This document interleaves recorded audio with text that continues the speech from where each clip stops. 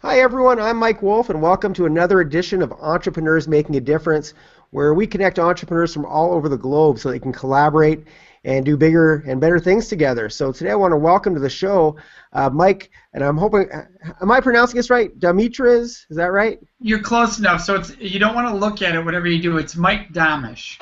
Oh, well, that was going to be my second guess. So thanks, Mike. I'm gonna read your bio and then we'll bring you back in here. So Mike is a speaker, author, and the executive director at the Date Safe Project Incorporated. In 1989, Mike received a phone call that his sister had been raped in Janesville, Wisconsin. Over the next few years, he went from being hurt and angry to becoming a voice for changing how society views sexual assault. Today, Mike is one of the most sought-after experts in the world for engaging teenagers, parents, schools, and the U.S. military to help to create a culture of consent for everyone. His Can I Kiss You live presentation is seen by over 30,000 people around the globe each year. His DVD and book, May I Kiss You, is critically acclaimed for providing parents realistic solutions to tough conversations. So welcome to the show, Mike. Thanks for having me on, Mike. It's a pleasure. So that's quite the story. Is your sister, how is everything good today for her, first of all? My sister is a great example of a strong, amazing survivor living an incredible life. She is married. She has 5 awesome kids. She's a professional coach and loves what she does. Wow, I'm so glad to hear that. That's good to hear. And so this led to a whole path for you. You went down. Well, what were you doing prior to that? Well, before that, when this first happened, when my sister was assaulted, I was a college student. And so when I heard the news, I heard it over the phone. I was away at college, and my mom had to call me. And it really shattered my world. It made me look at myself and how I dated when I started learning about sexual assault. And I started to say to myself, wait a second, it keeps saying consent here in this definition. Who asked? And that's where the exploration all began, right there, about asking for consent, asking for sexual intimacy. And that started us on our journey now 24 years later to where we are today. Wow, good for you. I think that's a very it's just an amazing project that you've got going, and good for you for doing all this. Oh, well, thank you. As you know, you're doing work you love, and when you get to do work that you love and hopefully gets to make a positive impact on the lives of others, there's really nothing more you can ask for. Exactly. It really becomes a calling, and you almost don't have a choice. You just have to run with it. Yeah, the old saying, it doesn't feel like work when you're doing what you love, it's very true. That doesn't mean it's not hard work, but you love what you're doing. Exactly. So tell me about the Date Safe Project. What's that all about? So the Date Safe Project is the organization that we created in 2003. And what happened was I wanted to create an entity that was larger than me, larger than a speaker or an author, that could have a long-term presence well beyond my lifetime and making an impact on this issue. And that's how we created the Date Safe Project, with that goal in mind, to create a team. And we have an awesome team. We have Rita, we have Tina, we have Karen, we have a multitude of professionals we work with around the country that help us create the resources we're out there trying to produce to create a transformational change. Wow, very very powerful. So I noticed that your speaking gigs and your DVDs and your books are called Can I Kiss You and May I Kiss You, and the word kiss obviously comes up in everything. So is that something that might be like a precursor, or tell me what that's all about? Yeah, well, here's what happens. When I first started doing this work, we did a role placing about, well, how would you get consent? And we started with the simple concept of how do you ask for a kiss? And that's how it all began over 20-some years ago. And what we found was that people really related to that moment, that if you couldn't talk about how to ask for a kiss, what are the odds you're going to ask for anything beyond a kiss? So that was really the base beginning point we were going to talk about. Now, you could also say asking for holding hands and a hug. That's all absolutely true. Kiss was where most people thought they most connected with. And so that's why that is the name of most of what we do. That's the focal point. Now, we do take it from that point of the kiss and extend the conversation much further into sexual activity, sexual intercourse, intimacy you want and don't want. But the kiss is the beginning point. Wow, interesting. So, what are, I'm trying to think of the best way to put this. What are some of the misconceptions regarding healthy dating? One of the most basic misconceptions is that if my partner's not complaining, all is good. That's a really messed up philosophy of a relationship. It may be that your partner's not complaining because you aren't given any opportunity for genuine feedback without becoming defensive. it is very common in relationships, we've all done it at some point or another, that when our partner gives us feedback that we don't want to hear, we become defensive. And what happens when you become defensive is you stop listening. And you stop evaluating, wait, is it possible what they're saying is right and I need to change? I need to transform to being a more respectful partner who listens, who understands what they want and what they need. But to even have the opportunity for my partner to do that, they need to believe that I'm going to respect their opinion on this and that I'm not going to become defensive. And so we need to understand that if you really want to find out what your partner's thinking, you got to ask.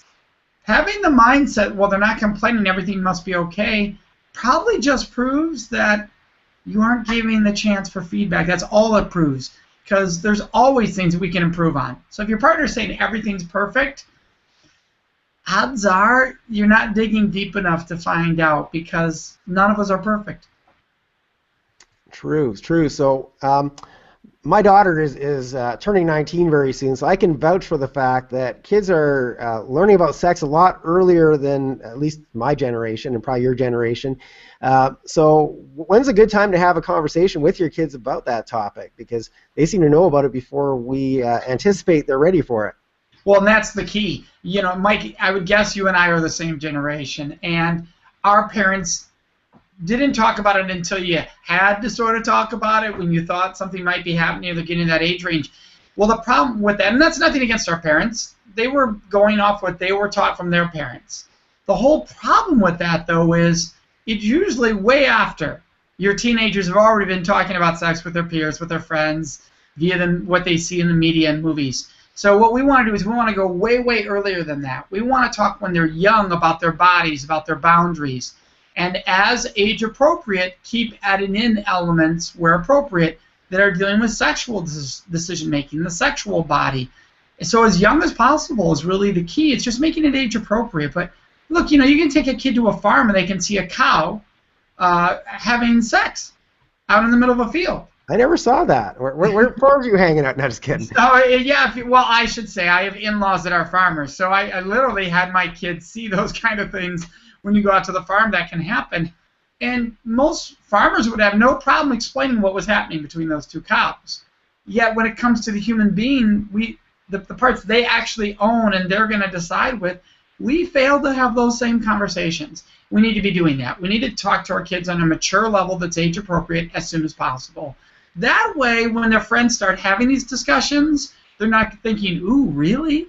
They're thinking instead, oh yeah, I knew that. My mom or dad told me about that. And you become the source instead of this lecturer. I think quite often the kids can teach us a thing or two. At a very early age, they seem to know a lot. And it's kind of alarming.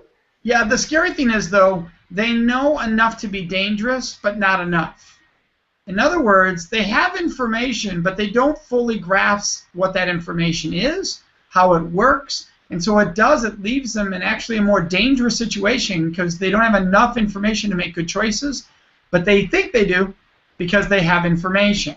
And that's a very high-risky situation for any person to be in, whether it be a child or an adult.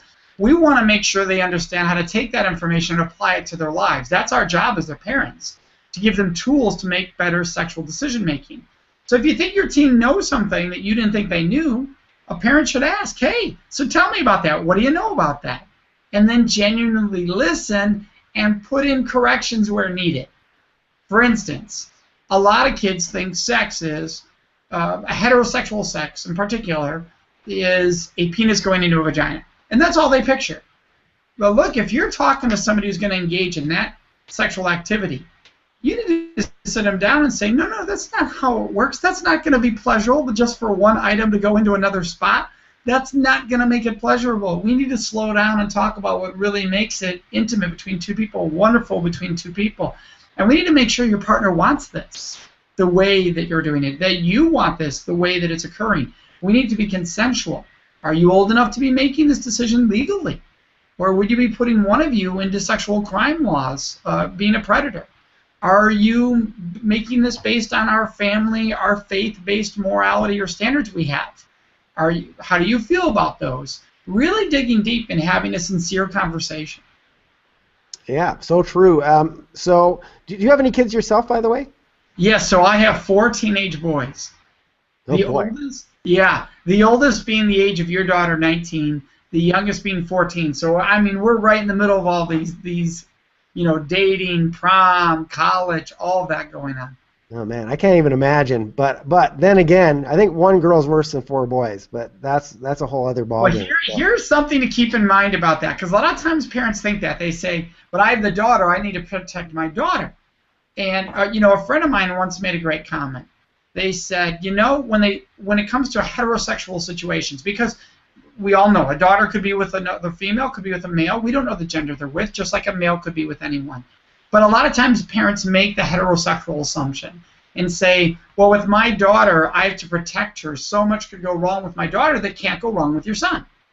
And we say, well, hold on. If you're assuming that they're both heterosexual, my son potentially, I don't mean me, any parent out there, they have to worry about their son potentially doing harm to lots of other daughters.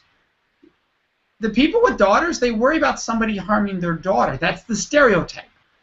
They forget to think about, well, who are the ones doing the harm? In theory, you're saying it's all the sons out there, which means if you have a son, you have to worry about your child doing harm to another child, not just one, any partner they could ever have.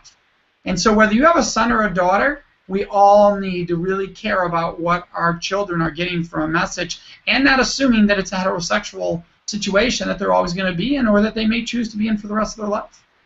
Absolutely. So what are some of the tools that we need to give our children when it comes to learning about dating and sexuality? You know what? It's a skill set. We need to actually give them skills. And I do want to back up a moment, because I said it's a choice your child may make. I want to be clear. When it comes to sexual orientation, that's not a choice your child is making.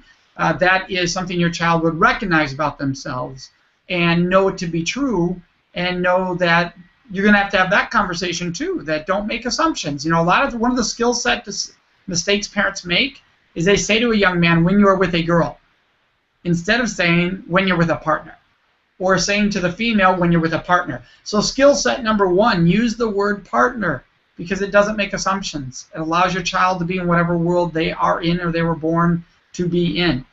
So that's a key rule. Number 2 is to give them a skill set on literally how to engage in these conversations with a partner. And if you go to your child and say, hey, talk to your partner before you engage in any sexual activity, what does that mean? Do we just say, you okay with this? And then just do it? I mean, what does that mean? Like, how do you have that conversation? You got to give your children the actual skill set. Imagine sitting down with your daughter and saying, okay, you really like this person. You want to engage in sexual activity. What questions are you going to ask each other to know what's about to happen, what you're comfortable with, what you like, what you don't like, and for this sexual experience between the two of you to absolutely be amazing for both of you? Have you thought about that? So do you think it's bad that I tell my daughter that she's just grounded till I'm dead?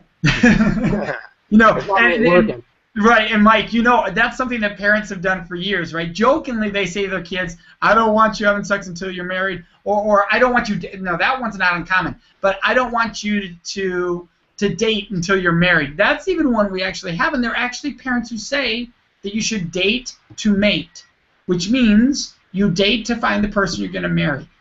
Pause for a moment and think about the pressure you're putting on that kid. That means that I only accept a date if I think I'm ready to marry you. How could I possibly know what I even like in a relationship if I haven't explored dating enough to know what I like and don't like? So parents do want to be careful and instead help their teen realize, or the young adult realize, look, dating is an audition process. You're constantly auditioning to see who's the right part. That's what it's about. And the only way you can figure that out is by having a lot of people to audition. Now, that doesn't mean date a lot of people just to date. It means, though, hey, this isn't the right person for the right part. Next, move on. That's okay. You're not committed to somebody just because you're dating them. You can say this isn't right. And let them know that it's okay to say next. Now, don't say next to the person. That'd be brutal. But in your mind, think, next, I need to move on. And that's okay. You need to let relationships go that are unhealthy, that are not healthy. Right. So I guess a lot of this comes down to, the word consensual comes up quite a bit. How does the law determine what is consensual sex? I mean, because quite often there's debates in court, was it consensual or not? So how do they view that? How do they determine that? Yeah, I'm going to make it really easy for everybody out there. You want to know the consent, see if it follows the following sentence. Do both partners have a choice for the sexual activity, and is that choice of their own free will, wanted between two people or of legal mind, of sound mind and of legal age? That's the key. Both people want it. It's freely given between two people of legal age and of sound mind. If that's present and you request consent and you receive it, that would be consent. Now think about the common way to ask this is, how do you normally get consent to do anything in life? You ask a question. So if you aren't asking the question, you're not actually requesting consent. You're assuming you have it. That is not consent. So you ask, you want to kiss someone? Hey, I've had a great time tonight. May I give you a kiss? Look them in the eyes. Ask the person. Right? I feel we're taking this next level. What are you comfortable doing? You know, talking, because I want this to be wonderful for both of us. I want it to be amazing for you. What do you like? Being able to ask those questions is critically important. That's at the heart of consent. Notice we did say of legal age, so you don't have minors engaging in activity they're not ready for, could get them in legal trouble, and of sound mind, which means there's no alcohol influence, there's no drug influence. You don't have somebody who's emotionally in an unstable situation. All of those are important. Right, right. So let me ask you this. So, I mean, you started the Date Safe project, which is amazing. You're doing a lot of great things. What really inspired you to start it? Because, I mean, I'm not saying a lot of people go through what you went through, but other people go through the same thing, and they don't, you know, they get hurt by it, and they get angry by it, but they don't go and start a movement. You're basically trying to start a movement, which is phenomenal. So what inspired you to take it to this level? Well, the first inspiration was anger. I was upset. You know, when this first happened, when my sister was first sexually assaulted, I mean, the one sexual assault was in 1989. I was 19 years old. I was a college student. I was angry. I wanted to speak out. I saw a speaker just a few months later on the topic. And back then, that was super rare. It was about 6 months later. So now it was 1990. I was 20 years old. And I realized, wait, I can use my voice. And that's where it began. I began as a college student trying to go into local schools in 1990-91 when people were not discussing this and saying, hey, will you let me talk to your students about this? Now, keep in mind, I was 21 by the time I started talking, and I looked like I was 16. I did not look my age, so that made it even more difficult. But we just kept plugging along and did it on the side for about 8 years because we were struggling to get in the door. And in 2002, a speaker saw me do this. It speaks all over the country and says, hey, Mike, the world is at a different place now. It needs this message. You need to take this full time. 2 weeks later, we sold the business we were in, just enough money to get out of the business and not have debt and start from scratch. And that's what we did. And it was an incredibly difficult journey with some difficult times as far as trying to survive. And now we look back and know it was absolutely the right thing to do. Over the course of the following 18 months after that was in 2002, it really took off. It really soared. And that was a really exhilarating process, and it still is today because we're out there constantly trying to spread the message and give people the skill sets. Yeah, and good for you for overcoming some of the obstacles, because a lot of people would have said, oh, I'm too young, or I look too young, or they come up with all these reasons why they couldn't do it. And you persevered, and now you've created something just tremendous. Well, and I have to give credit, Mike, because a lot of that reason is I have an incredible support team helping me do that, overcome those obstacles. For instance, my life partner, my wife, Karen, had always believed in this vision. So even when we did other things to survive and other businesses, she knew this is where I wanted to be and where I belonged. And even though there were tough times where we were strapped and we were financially strapped trying to make this work, she believed in it. And so that really made a huge, huge difference. And for any entrepreneurs out there who are married, they know your partner has to be on the vision. And if they're not, you need to talk about what do you need to do as an entrepreneur to get everybody on the same vision. Otherwise, the odds of you surviving both as a couple and for your mission are slim if you're not all on the same page. No, that is absolutely true, and I mean we see this all the time where one person is very entrepreneurial, the other person not so much, and it's very hard to communicate because quite often, I think in general, us entrepreneurs are quite often seen as dreamers and whatnot, and people sometimes they think we're crazy. So I want to applaud Karen for believing in you and helping you and get you where you are with your mission. Well, and ironically, that partner who questions is exactly what you need as an entrepreneur. It's frustrating sometimes because we want to just hear support for all of our ideas. Obviously, that's that entrepreneurial mind. Tell me it's great. Tell me it's awesome. But having the partner there who's saying, hey, how's this going to work? What do you mean by that? Makes you actually articulate a plan. Makes you articulate how it's going to work. And it makes you a much better business person. Yeah, it absolutely does. It kind of puts you to the test and makes you think it through as opposed to just dreaming about it. Exactly. So, do you have any books? Was there any book that really inspired you at some point? Because I know almost every entrepreneur I know has either a person in their life or a book. There's always something that all of a sudden kind of made it crystal clear what you had to do. Is there a book that did that for you? I would say there's been multiple books for me. I love reading. In college, one of the first books I read was Think and Grow Rich. When I decided I wanted to be entrepreneurial and follow that passion, Think and Grow Rich by Napoleon Hill was one of the first books I read that had a really incredible impact on me. Over the next few years, Greatest Salesman in the World, Og Mandino, had a great impact on me. And I know people hear that book and they think it's about sales. If you read the book, you'll understand it's really not about sales at all. It's an incredible book. Since then, there's been many. Recently, I absolutely thought the impact of Life's Operating Manual by Tom Shattuck, incredible book, putting things into perspective. Another book that has been great is The Happiness Advantage, awesome book. That's by Sean Achor. Brene Brown's The Gifts of Imperfection, fantastic book. And so, yeah, I'm a big believer in books pushing us forward, and also in paying for education. In other words, putting ourselves into 2-day retreats. We've done programs called Lifebook. We've done Landmarks, The Forum, and their advanced course. Constantly pushing ourselves to look in deep at what we're doing, not just in making money, but in who we're becoming and what we're presenting to the world to try to make a positive difference. I'm also involved in a program called Strategic Coach, and that's a wonderful program that's 4 times a year. You meet with others. It's very powerful. So those are resources that I turn to. And the other one is the National Speakers Association, which would be the #1 impact on my organization growing would be NSA, the National Speakers Association, not the government NSA. This is a different one. Profound impact from the people that have become the closest friends in my life to having the biggest impact in my business. Yeah, great choices of books, and so true that you need to keep educating yourself, and personal development. It's so important, and it also puts you around the right people, because if you hang out with too many negative people in your life or people that just don't get you, it can be devastating. And hanging out with the right people will get you where you want to be a lot faster.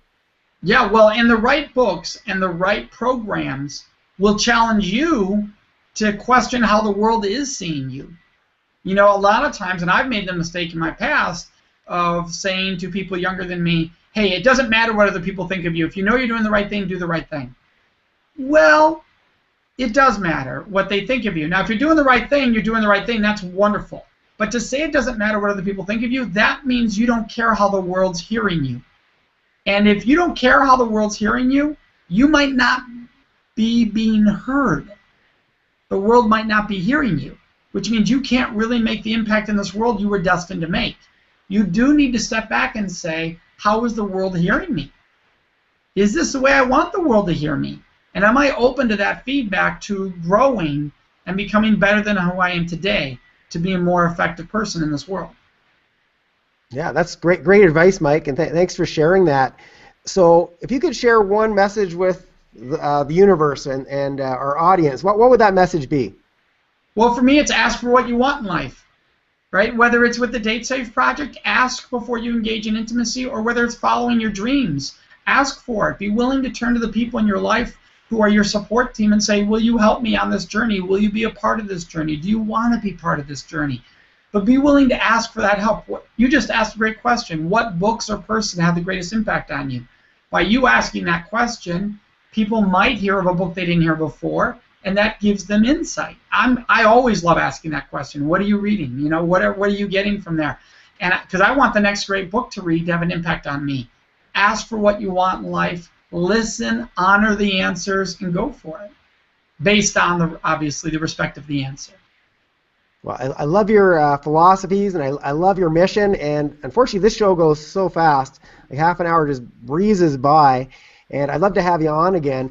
But first of all, I want you to let people know how they can get a hold of you. If they're interested in what you're doing, how can they track you down? So we're going to give you the most common ways people get a hold of us. One, our website. That is datesafeproject.org. They'll notice that right below here, the name of our organization, datesafeproject.org. You can hit the Contact Us button and ask us any questions you want. We have stuff on there for parents, for schools, for the U.S. military, for universities, lots of resources. The next resource we're going to give, and it's probably the most common one, is Facebook. And that is where a lot of people will friend us or like us. So I'm going to give people two ways to do that. One is they can go to our organization's Facebook page, which is facebook.com/datesafe. So DATESAFE, because we're with the Date Safe Project. The other way is they can actually just look up my name on Facebook and follow us there or engage in conversation. And that's Michael Domitrz. You see the name down below. It says Mike, but look up Michael on Facebook. Another way is Twitter, and that's at Mike Domitrz, or our organization at Date Safe Project. So they can go either way. They can follow us individually or the project. The project, actually, we do a lot more on Twitter for the project. And then LinkedIn, same thing. YouTube, same thing. YouTube.com/DateSafeProject. All of these will provide lots of resources. We love engaging in conversations. So anybody out there, feel free to contact us and ask questions.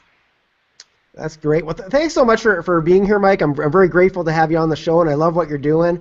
And I know some people actually want to hook you up with it. I think you guys might make good partners for collaboration, and you might be able to help each other. So remind me send me an email, and I'll hook that up. But thanks again for being here. Well, thanks for having me on. Look, we appreciate every time we get an opportunity to spread our message, and you've created that opportunity. Thank you so much, Mike, for making this happen. Oh, it's absolutely my pleasure. This is my labor of love. I look forward to doing every single interview, and I learn so much from talking to people like you, and it's just, I feel very honored that I have this opportunity. Well, thank you. Yeah, so thanks again, Mike, and thank you, our viewers, for tuning in to another edition of Entrepreneurs Making a Difference. I hope this added some value to you, and I look forward to seeing you in another episode.